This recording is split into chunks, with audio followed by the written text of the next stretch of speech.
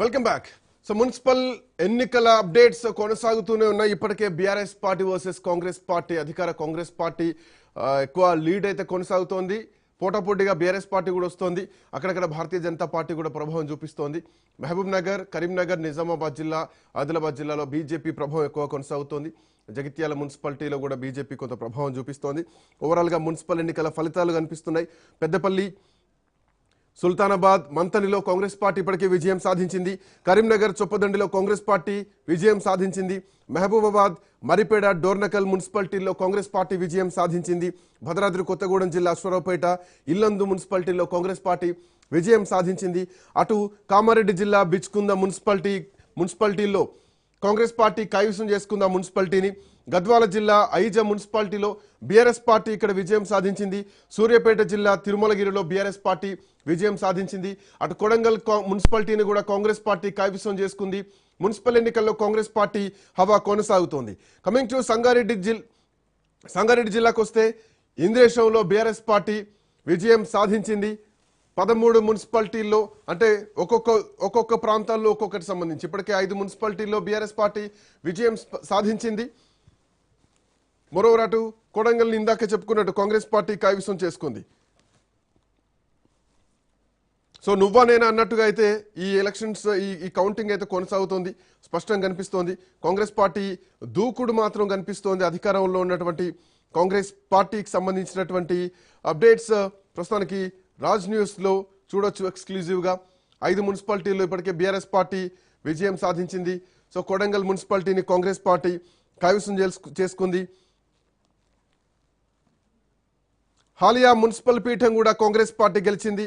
Nagarjuna Sagar Congress party గెలిచింది. హాలియా కూడా Congress party గెలిచింది. కాంగ్రెస్ పార్టీ మున్సిపాలిటీలో మొత్తం 12 వార్డులు ఉంటే 11 వార్డులకు కాంగ్రెస్ పార్టీ విజయాన్ని సాధించింది. ఏకపక్ష విజయం కాంగ్రెస్ పార్టీ హాలియాలో సొంతం చేసుకుంది. సో మొత్తానికి ఈ ఎన్నికల్లో 12 స్థానాలకు 6 కాంగ్రెస్ పార్టీ గతంలో కైవసం చేసుకొని సేమ్ మళ్ళీ అదే ట్రెండ్ మాత్రం కొనసాగిస్తోందని చెప్పాలి.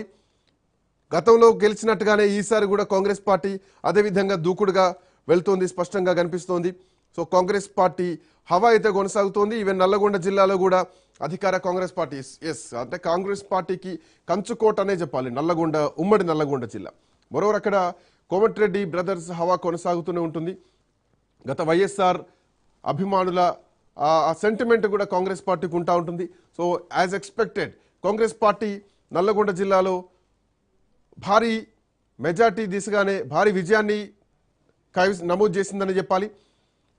సో ఇప్పుడు వస్తున్నటువంటి ఈ ఫలితాల ప్రకారం 12 వార్డులకు కాంగ్రెస్ పార్టీ ఏకంగా 11 వార్డుల్ని కైవసం చేసుకొని నల్లగొండ మున్సిపాలిటీ పైన కాంగ్రెస్ పార్టీ జెండా ఎగరేసింది.